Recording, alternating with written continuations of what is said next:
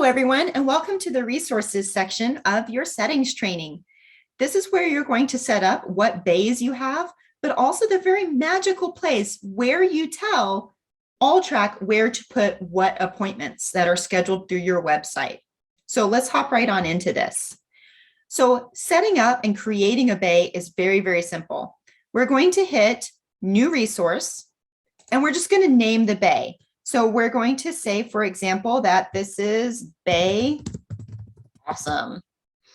Now, if you want to assign this to a technician at this time, you can, but it's a lot easier to do it on your scheduler. And I'll show you how to do that actually in your scheduler training. For now, we're just going to go ahead and hit save. Bay Awesome appears on our list and it's done. Now, how do we tell Alltrac what types of appointments I want to be able to have my customers schedule on this bay? Right down here at the bottom of your bay list, you're going to see Add Link. We're going to select the name of the bay. We're going to do Bay Awesome. And we're going to say Bay Awesome is actually for alignments. And we're going to hit save. Now, if I scroll down here to Bay Awesome, it doesn't show anything underneath. That's because I need to actually click this little arrow right here for it to drop down. So you can actually collapse these to save yourself a little bit of space.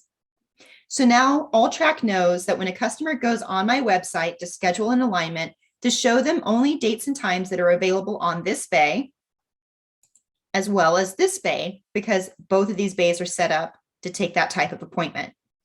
Now, what if Bay Awesome can actually accept other types of appointments as well? If I click Add Link, navigate to Bay Awesome, and select another service, maybe consultations, for example, and hit save. Now it shows me both. Now we're going to backtrack just a little bit because we've already discussed how to set this up in services, but I really like to revisit it just so it's all one big circle of information. These names are actually pulled from this portion of the settings. Over in services, when you created your services that would be listed on your website. So where that is actually pulling information from is this box right here, not the name that you listed here that you put on your website, but this section right here is specifically for information for Alltrac to know where to put those appointments. So what's in this box needs to match what's linked right here.